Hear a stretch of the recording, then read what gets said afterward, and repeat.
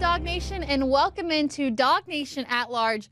I'm Kaylee Mansell with DawgNation insider Connor Riley, and usually off the top I try to say something witty or bring up a topic that's pretty random to the show, but I'd actually like to use this time to wish my very good friend Connor Riley a happy early birthday. Yeah, don't give me that look. Would you like to tell us how old you're going to be turning? I would not. Okay, that's fine. How about we do this instead? I want you to think back on this past year. Tell me one thing that you're proud that you accomplished and one thing that you're hoping to accomplish in this next year of life for yourself.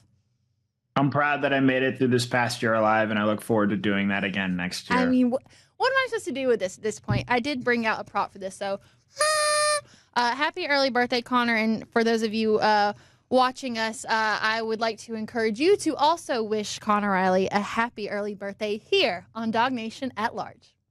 It's the show for the new breed of Georgia Bulldog fan. This is DawgNation at Large with DawgNation insiders Connor Riley and Kaylee Mansell. I think we can all take a page out of Connor's book, though. We're all just grateful to be alive, and we didn't have a show last week, so glad to be back in the studio with Connor, who's been so busy on the road. So jam-packed show today. This is what we've got in store for you. We're going to go position group by position group and see if we think that they're a strength or a weakness for the 2025 team. And if they are a weakness, how can they improve on that to ultimately become a strength? Then we'll follow it up with our favorite tweets of the week. And the reason I don't say college football tweets is because there's a lot of good basketball ones out there right now. And then we're going to follow it up with Tired versus Wired. This is going to be the off-season edition. But we'll go ahead and get to the strengths and weaknesses. So the ESPN writer Mark Schlabach put out an article that highlighted some of Georgia's weaknesses in this springtime. And Connor wrote a great article about it. You can check it out on DawgNation.com. But it got us thinking about who are those position groups that have maybe more experience, that really bring something to the table, and who's lacking. So we're going to go position by position. We'll start with the offense first. Let's just go ahead and knock it out with the quarterbacks. In my head, weakness due to lack of experience all around, but I think that there is a strength in knowing that clearly you have options in front of you. Yeah, I think in the binary sense, like this has to be categorized as a weakness. Gunnar Stockton has 6 quarters of first-team football under his belt at this point. That's not to say that I think by the end of this year, Gunnar can settle in and be the quarterback who I think he's going to become. But at this point in time, it's just hard to call this Georgia quarterback position a strength. Now, this time a year ago, we would have called the quarterback position a strength with Carson Beck coming back, and I don't necessarily think that it was for Georgia in 2024. So it just goes to show how much this can twist and turn. I think the biggest thing with Gunnar that he needs to improve on, and he knows this, he's got to play faster. And in playing faster, I think that's going to help him limit mistakes. I think you saw in the Texas game and in the Notre Dame game, in key situations, he panicked a little and actually played too fast in that Texas game where he threw an interception that was very costly and almost cost Georgia the game were it not for an incredible loss and lucky touchdown. Tackle, excuse me. And then in the Notre Dame game, the strip sack that just cannot happen right before halftime set up Notre Dame's only offensive touchdown of the game. He's got to do a better job of limiting those turnovers. They were a big issue for Carson Beck a season ago, rather. And if you're able to limit turnovers, I think that limits how big of a weakness this position might be for Georgia in 2025. Yeah, and let me preface this whole conversation by saying that in calling these groups a weakness, we're not necessarily saying that they're bad. There's just other groups that might be stronger or guys that just don't have as much experience like the quarterback group per se as others. So, I mean, right off the top, I think that you have to call the quarterback position a weakness because you're not exactly sure what you have, but you do know you have a few guys to choose from. So we'll go ahead and move on to the wide receivers, which was arguably one of the worst position groups by the end of the year last year. Now UGA addresses that need, brings in Zachariah Branch as well as Noah Thomas. We find out at the beginning of spring practice that, hey, Colby Young's coming back. And then you've got some younger guys to be really excited for in CJ Wiley and Talon Taylor. Suddenly, what was once one of your weakest groups may end up being one of this year's strongest, in my head. I'm going to buy this group as a strength as we sit here right now. So much so, they've moved Dylan Bell, or at least playing him a little bit more at running back. And I think that, yes, it's spring and it encourages you to experiment, figure out what you have and see what you have out there. And we know, I think at this point in time, what Dylan Bell is at that wide receiver position. But you look at the additions that they've made, the traits and tools that those guys bring in. Look, ultimately, with this wide receiver group, I think the biggest thing is just, are they going to be able to catch the football? They led the country in drops a season ago. And so much of that, I think, is more mental than physical. And so if they're able to get past the issue that obviously plagued them a year ago, I do believe in the talent in this room. I've heard incredible things about Noah Thomas and what he's done so far. I think we know what Colby Young brings to the table, and it'll be interesting to see how you pair those two giants together. Zachariah Branch has the type of speed that can make a difference here. And then Talon Taylor and CJ Wiley are freshmen that I know a lot of people are excited to see. So I think with this wide receiver room, yes, a lot of it is built on guys who haven't produced here at Georgia yet. But in the either or sense that this is a strength or a weakness, I'm going to give this group as a strength for this Georgia team. And Kirby Smart, at least right now, sees it in that same way based on comments he made earlier this week. It's also just nice knowing that Georgia has options at this point, because last year, once it got towards the end of the season, it's like, well, okay, are they going to try things with Arian again? Is Dylan Bell going to get in the mix? And, I mean, I remember when we were talking about, oh, my gosh, there's so many good receivers. Maybe not a great one, but there's some good ones out there. And then by the end of it, the wide receiver conversation was just so exhausting. So I do like that we've got a new group this year. And even if we don't know that much about them, just by looking at them on paper, I would call this group a strength. Now, talking about like weak on paper, that's kind of how I view this running back position, because that is one of the things that Mark Schlabach highlighted, was that it was the overall lack of run game, which when you look at last year's numbers, okay, it's very easy to point to that. As a Georgia fan, you do have a lot to be excited about in Nate Frazier, but the injuries with the Robinsons, not really know what comes behind him.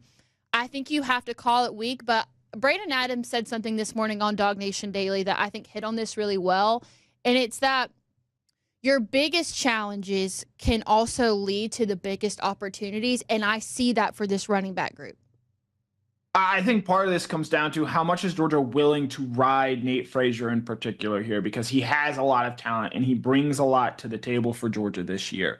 So if Georgia wants to rely on just Frazier, I could see this world with this running back room is viewed as a strength of this team, because I believe Frazier is that special. But Nate Frazier, if you want him to just be the sole guy and the sole difference maker in this room, he's not going to make it through this season. With the physical schedule that Georgia plays, with the desire to go deep and play a 16 or 17 game schedule season, which would involve Georgia getting to a national championship, you're going to need to be able to rely on multiple running backs, and the depth is just not there right now. I know there's been a lot of encouraging reports about Bo Walker. I'm interested in seeing what Dylan Bell can bring to the table for Georgia here. But with Branson Robinson and Roderick Robinson at this point just chronically injured, and you don't really know what you have in Chauncey Bones or Dwight Phillips Jr. at this point, until Georgia sort of figures out the depth and gets better behind Nate Frazier at that running back position, it's just going to be hard for me to call it a strength as highly as I think of Frazier and what he might be able to do for Georgia this season. But looking back at the big challenges can lead to big opportunities. I see those big opportunities happening for people like Dylan Bell and like the Bo Walker. So I'm not ready to just put it in stone yet that the running game is going to be a weakness. I think there's a lot of room for opportunity there that we'll know more as the season progresses. Now, arguably the strongest, there's no doubt. I mean, you can make a case for every position group being a weakness or a strength, but you look to the tight ends' strength. They know that they didn't have, especially Oscar Delp, maybe didn't have the season that he wanted to have last year, but he addressed that and said, hey, I had 1 foot out the door, but this year I'm coming back. I'm focused. So much to be excited about in Lawson Lucky, somebody who could actually catch the ball. Now we're in the Jaden Riddell era, which we've kind of been waiting on, and then you bring in the freshman Elias Williams, who's an absolute giant, and Ethan Barbour. I'm going to put this up there with the strongest of the strong.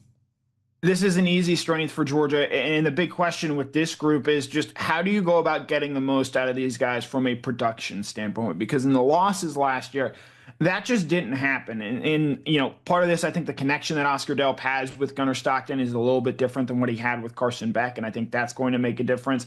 I think you saw what Lawson Lucky could do a season ago, and I don't know if he's going to necessarily build on that, but I think he can meet that baseline once again. And then between Jane Riddell, Ethan Barbour, Elias Williams, even Colton Heinrich when he potentially comes back from injury, I'm interested in seeing how they fill out the rest of that room. But this room is talented at the top. They have proven production with guys like Delp and and Lucky, and they have intriguing young talents as well there. The biggest question for Todd Hartley in this room isn't just who's going to produce, but how impactful are they, given we saw at times last year that this group sort of disappeared a little bit, but then at other times when they schematically elected to get them the football, they were able to make a difference, a la like Tennessee, like the win over Texas in the SEC championship game. And it's like when you combine this group with what we imagine the wide receiver group could be, I think the offense could be something more, way more special than it was last year. So last one of the group, offensive line. What's the saying? Innocent until proven guilty. This group, in my mind, is weak until proven strong.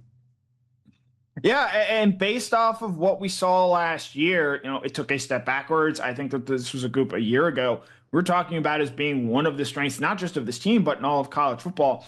They never played like it. I believe it was Monroe Freeling talking about it, how they felt they were so hesitant to make a mistake that they didn't make enough plays in that regard. And now you have to replace 4 starters who are all likely to be draft picks in the upcoming NFL draft. So, look, you've got some talent there. You've got some guys that have played, Ernest Green, Michael Morris. I'm excited to see what Drew Bobo does as he takes on a larger role at that center position. But, Daniel Calhoun already going down with a foot injury. Injuries plagued this group a season ago. It's a big reason why I don't think they ever found their best 5-man offensive line unit.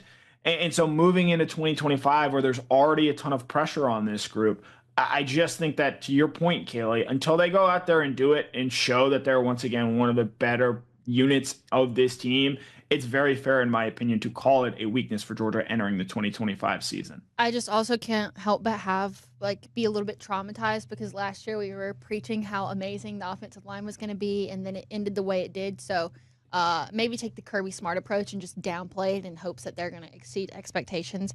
Let's flip over. Let's go to defensive line.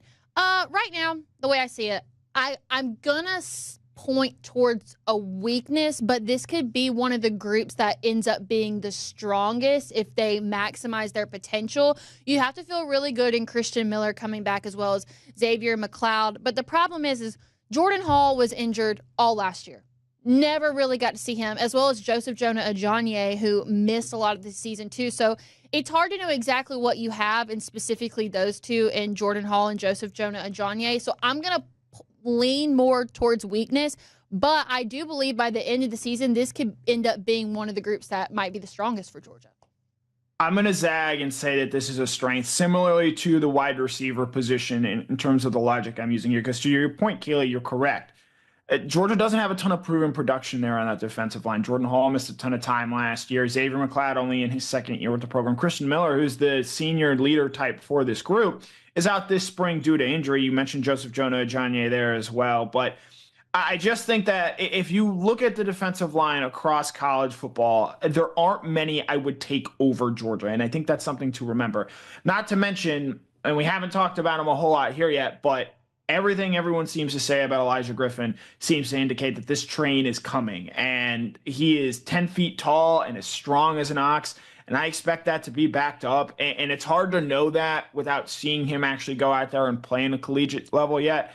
But they wouldn't talk about him and hype up him in this manner, especially for a true freshman, if there wasn't at least some proof in the pudding there. So I think the presence of Elijah Griffin, the fact that he's healthy, the fact that he's coming in, the fact that I expect him to play a role right away for Georgia, I think is why I'm willing to give this group a strength rather than, as you point out, Kaylee, the fair reasons to believe it might be a weakness. Yeah, and I think the reason I see the logic between wide receiver and defensive line, but a lot of mine came back to those spring injuries because Christian Miller's out. That doesn't help, and a lot of those guys that are participating in spring for wide receivers are more on the healthy side. That's why I lean that way. But again, I think with this group, you can make arguments for either one. So let's go to the edge, outside linebacker kind of a role. This is tough. This is really, really, really tough because you lose who was probably supposed to be your best edge in Damon Wilson, and now you're left with Gabe Harris and Quintavious Johnson. Now, Quintavious Johnson is fascinating to me because last year, around this time last year, we were hearing a lot about him. Now, granted, didn't get to see very much of him last season because he was a true freshman, but I haven't heard a lot of things about him. So, I mean, just based off the things that we haven't heard from anyone about this position group, and maybe you can correct me right here, I think you have to call this group a weakness. Again, overall lack of experience. Yeah, I think that this group might be the biggest weakness on Georgia's team. Now, the way that they've traditionally used edge players, outside linebackers, they're not exactly super productive. They're asked to do a lot of the dirty work there. So, in that sense, if there's a spot on this team where you have a big weakness, it's not the worst thing that you have it at outside linebacker. But Gabe Harris being hurt this spring, I think, really hurts this unit. You've got Quintavious Johnson, who's entering his second year. We heard Kirby Smart speak about him a little bit this week, but he's a guy that, again, they need him to grow up a lot and make big strides. And that's just a really tough place for a player entering his second year in the program to be. And then you've got three freshmen who I think have all the tools and traits that you want to have and see from those players: Isaiah Gibson, Darren Akinabon, and Chase Linton. But those guys still have to go out there and play, and the buzz around them has not been the same level that it has for Elijah Griffin. And so in that regard, I think so much of this group is going to be dependent on not just Gabe Harris and Quintavious Johnson, but what, if anything, if they're able to get from those freshmen, because those guys are probably, at least one of them is going to have to find a way to play snaps for Georgia this fall. And how quickly they're able to help out, I think, is going to determine how big of an issue this position group ends up being for Georgia. Yeah, I hope as the weeks go on, we're going to hear something about either Isaiah Gibson or someone like Chase Linton, who in my mind flew a little bit under the radar. So I just would like to hear more about the production level from this position group. Let's move on to the rest of the linebackers. You got to call this a strength. I know that you lose Jalen Walker, but you have probably the most Georgia experience within this group between C.J. Allen, Raylan Wilson. Chris Cole got a lot of time last year. There's a certain quiet confidence associated with Justin Williams. The linebacker core specifically, this is where elite recruiting helps. This is where elite recruiting gets you, because maybe we haven't even seen the most of Chris Cole or Justin Williams, but I'm pretty confident in what they're going to bring to the table because they were such high-level recruits. We're seeing a lot more of them now. So you got to call this group a strength. You can copy and paste what we said about the tight end group with this inside linebacker group. So much to the point that, again, I'm interested schematically in how Georgia goes about getting the most out of these guys. Look, when Georgia's had a Buckus Award-winning linebacker, those guys have all been third-year players. C.J. Allen and Raylan Wilson, your top two inside linebackers right now, are in their third years in the program. They've played a ton of snaps, more snaps than I would say you traditionally see for third-year linebackers. So I think that's going to help this group tremendously. And then you talk about Chris Cole and you talk about Justin Williams. What are they able to do with them? Not just playing them as traditional run-stuffing linebackers, but how creative are they willing to get? Moving them to the edge in pass rushing situations, whether Chris Cole, whether he's coming off the edge or dropping in a coverage. I'm interested in seeing how they go about deciding how they want to use him in particular, because it would not surprise me in the slightest, and I wrote this morning, if we're sitting here in December as Georgia gets ready to enter the college football playoff, and we're talking about Chris Cole as Georgia's most impactful defender. It's a lot of praise for someone who roughly only played, I think, about 150 snaps last season.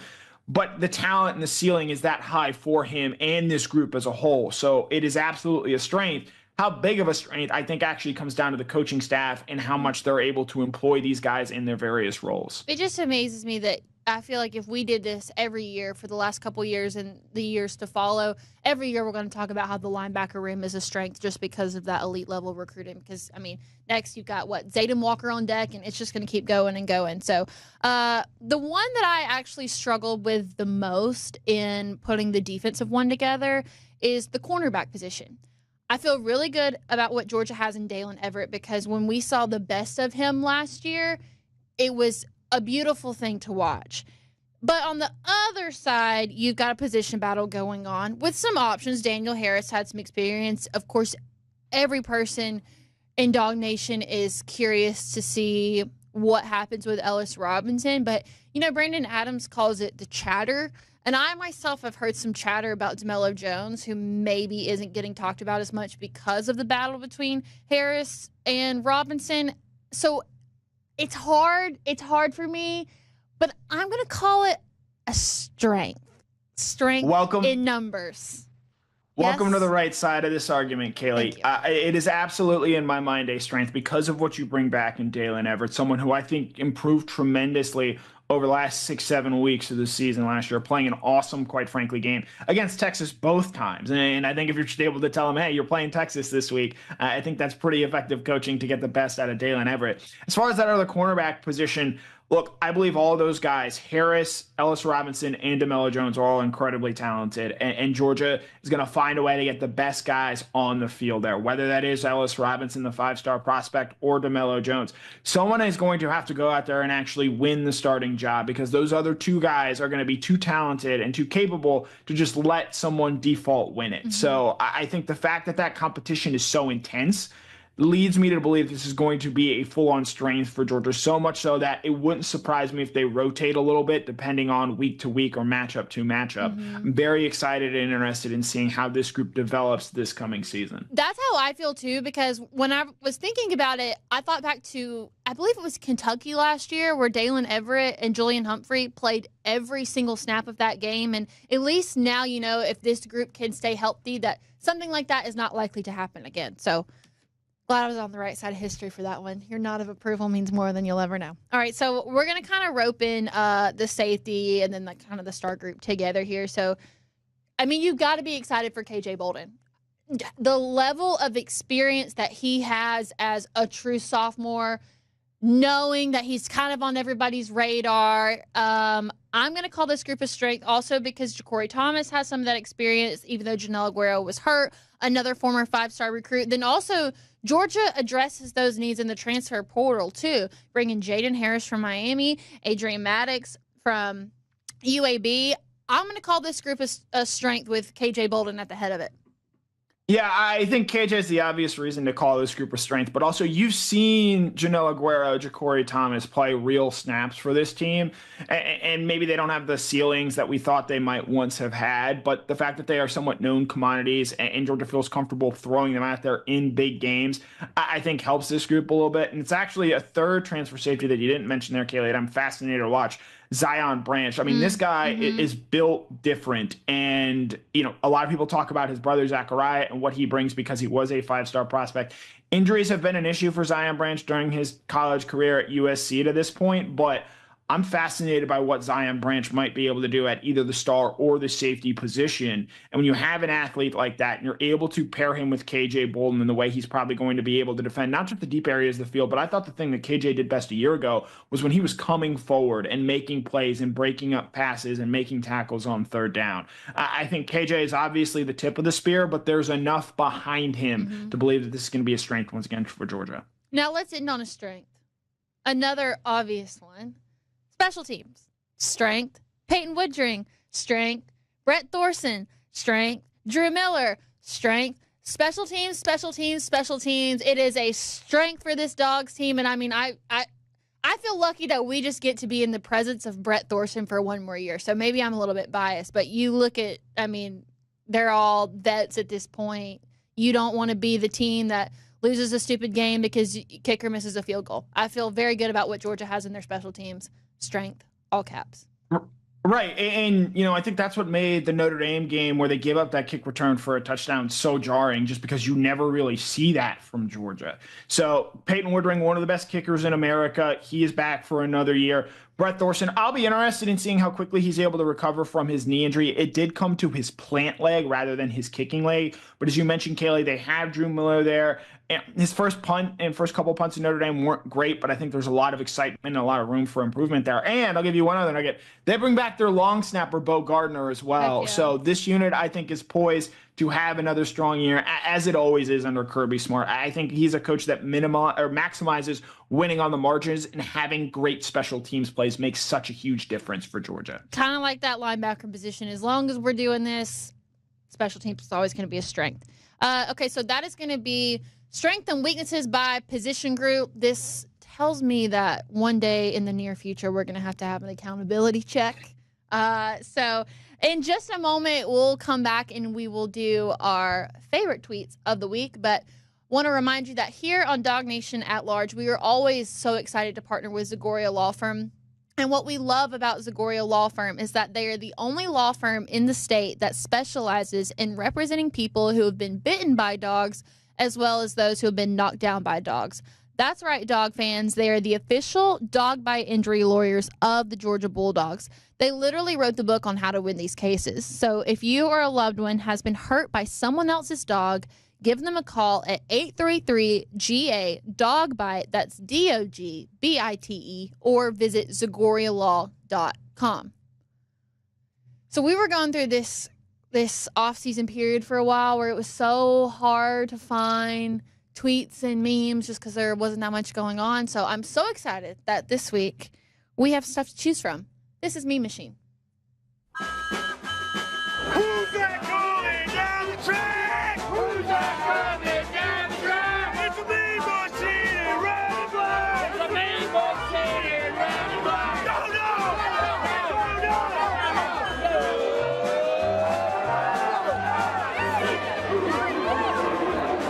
I'm not sure if I'll ever get tired of saying that intro. I feel like I find a new meme to fixate on every single time. I'm actually going to go first this week.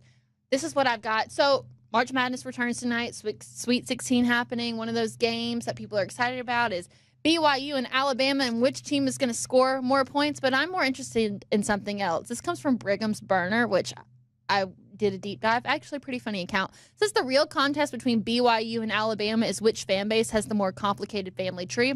Pretty self-explanatory.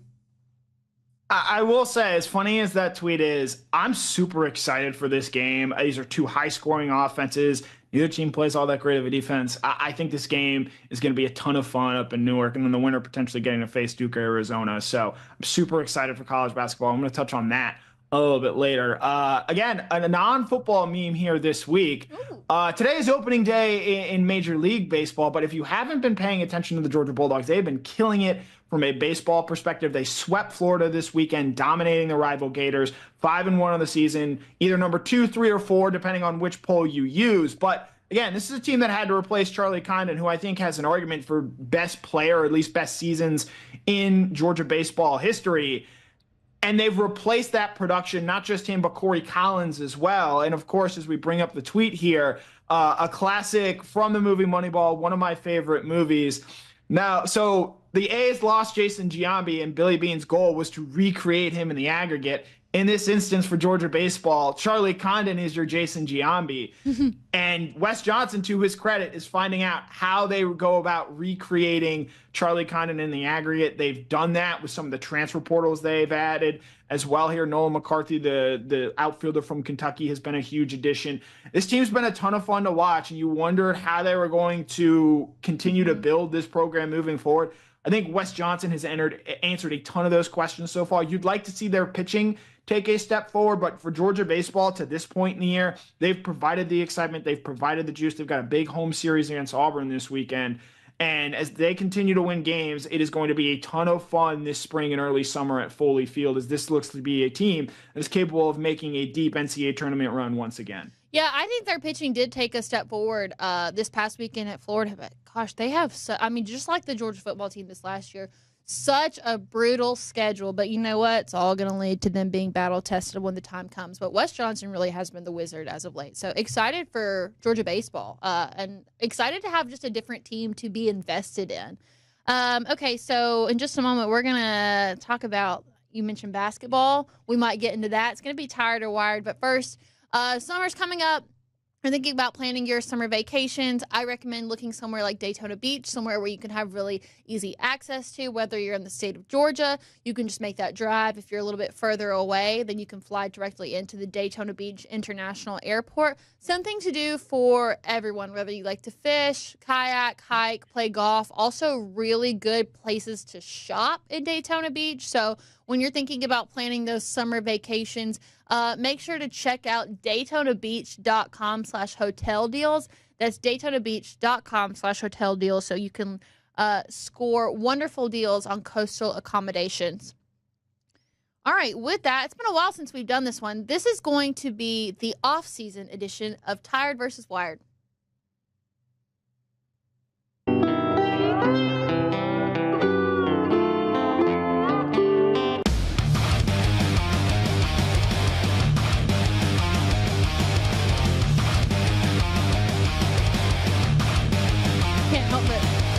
Got to do it.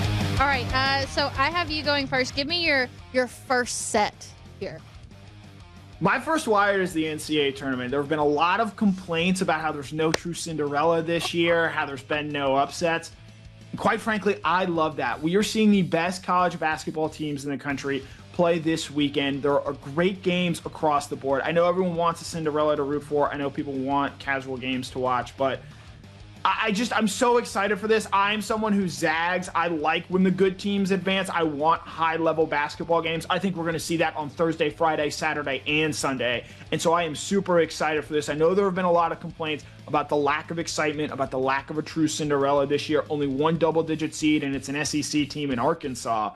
I'm super excited for this NCAA tournament. And, maybe we don't see this every year, but I like this if this is the direction that the sport is trending going forward.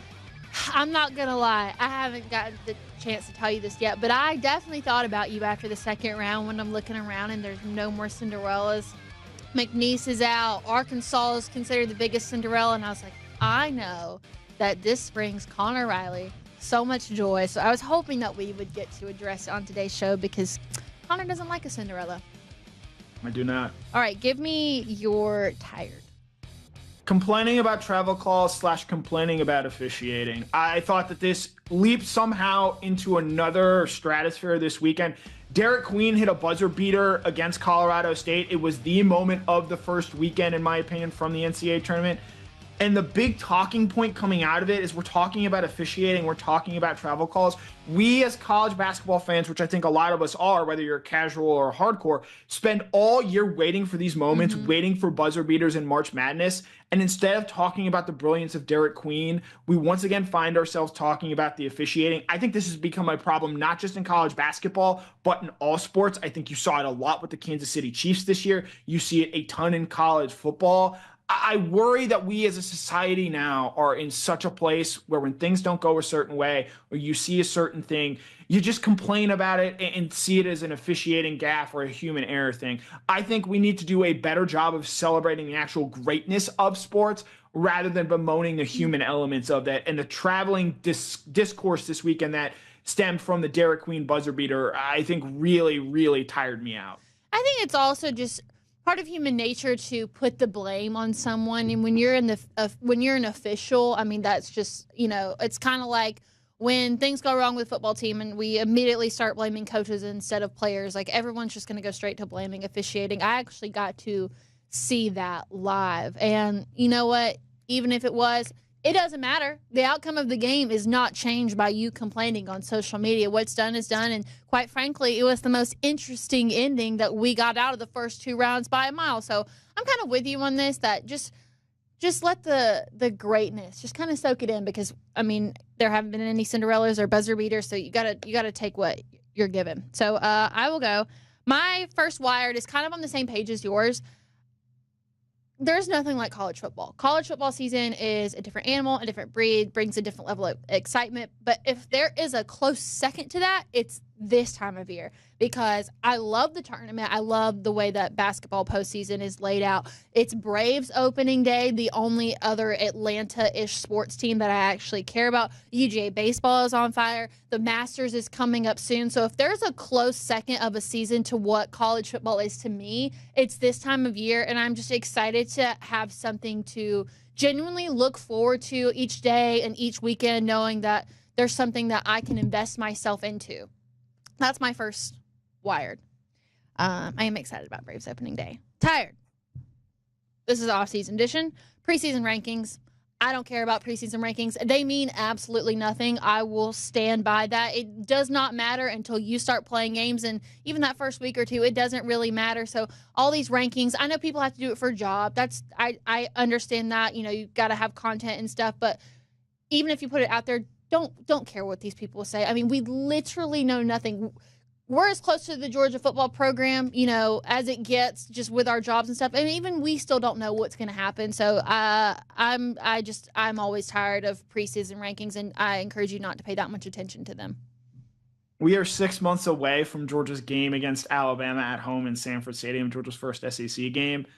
We're going to learn a ton between now and then. And so this idea that anything is final or anything is written in stone is just so incredibly foolish. It's a long time to be away from Georgia's first home SEC game of the slate. Man. Okay, give me your next set. Second set. Wired, we touched on him a little bit earlier. And, look, I can't say that I watch every second of DawgNation programming, but I see how often Brandon's talking up Nate Frazier and expecting big things from Nate Frazier. And I don't think we're doing this enough with Elijah Griffin. I think this guy is a rare defensive line prospect. I'm going to use the line I used from Eastbound and Down earlier. He is 10 feet tall and as strong as an ox. And some people are like, yo, who the F is this guy? Who the heck are you? I think that Elijah Griffin, a defensive line prospect from the Savannah area, Georgia's brought in a lot of great players from that area in recent years, I think is someone who is poised to have a big impact for Georgia this year. And look, Kirby Smart called out and challenged his freshman class a few weeks ago. I think that Elijah Griffin needs to be Georgia's best freshman contributor this year, and I think he's got the potential to do that. We haven't seen it a whole lot on the defensive line, but I think this guy has a chance to be really, really special right away for Georgia. Connor Riley, future president of the Elijah Griffin fan club? It's a little early for that. There's also some fierce competition. We'll see how I do in the primaries there, but he is certainly someone that has generated a lot of discussion there. My tired in go ahead, Kaylee. I just don't know if I've seen a gleam in your eyes when you're talking about a player since Jalen Walker. So I can really see how much this actually means to you.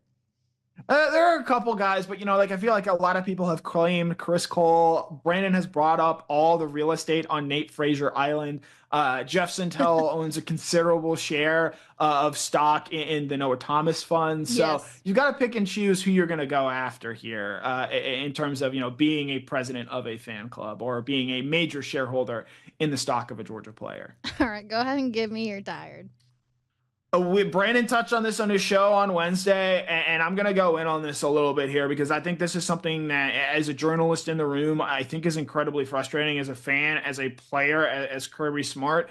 Things like this get to be so incredibly frustrating where you have reporters out there who are live tweeting press conferences. And the thing with tweets or ex posts, whatever you want to call them now, blue sky skeets, whatever they are actually called, when you take a snapshot and just simply tweet this out, the example being Gunnar Stockton's interaction when asked about what he found out that Carson Beck was transferring to Miami. Because of the way the journalism infrastructure works, these big sites aggregate that even though they're not in the room. And even sometimes these reporters can misconstrue, I think, what an interaction truly is. That happened with Gunnar Stockton in regard to Carson Beck. I think Gunnar's just natural nature maybe made that look worse in tweets than it actually was, and it gets blown up into this massive story. I don't put this on Gunnar. I don't put this on Carson. I put this on the people in the room that we have to do a better job representing what actually takes place and goes on at these press conferences, because you can very easily pull the video from this and see what those interactions look like. So I think that this is just something that, again, it becomes a bigger story than it absolutely needed to be.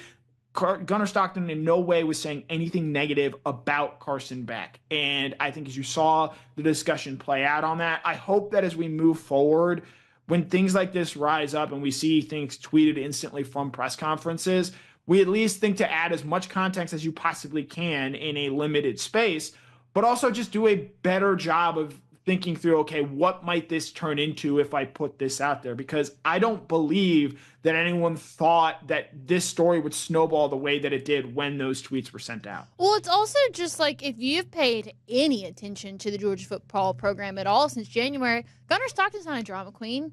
Very low-key, mind his own business, just happy to be there. Like, you really think that he's going to waste that entire reputation that he's built just to say one shady comment about Carson Beck? Like, just trust your gut, trust your instinct. I agree. I couldn't believe how big that story became when it was absolutely nothing in the first place. So, all tea, all shade.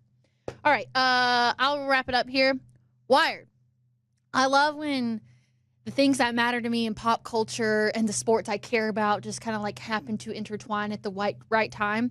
And because sports have been kind of slow, I'm caught up to date on the White Lotus. Don't know if you guys are into that, but White Lotus memes are now being intertwined with college football. I don't know if you've seen the gif of Jason Isaacs in the Duke shirt and just like setting up the perfect meme for college basketball. But also Connor, my fellow White Lotus watcher, there's also the meme of Rick sitting there kind of like, Like, I love that my pop culture self and my sports self are being intertwined by college basketball and White Lotus. It gives me something to really look forward to every time I get on the internet, and I'll make my tired really quick. I make multiple brackets. That's fine. I made 3. I made 3 this year, but here's the thing. Here's where I stand on this. I make 3 for fun, but my number 1 bracket is the one that I speak about. So I don't want to hear that you got this game right in your other bracket, because I'm only focusing on my number 1. If you ask me, hey, did you pick this team over this team? I'll tell you if it happened in my first bracket. I'm not speaking on my other bracket. So I'm tired of hearing people say, well, I got it right in my other bracket. I don't care. I only care about your number 1 because that's the only one that matters. Maybe you got bored like myself and made a few more just to see. I know it's okay. You're about to have your moment in the spotlight here, but I am a firm believer that I don't care that you got it right in your other bracket. If it wasn't your first instinct, first gut choice, then it doesn't matter to me.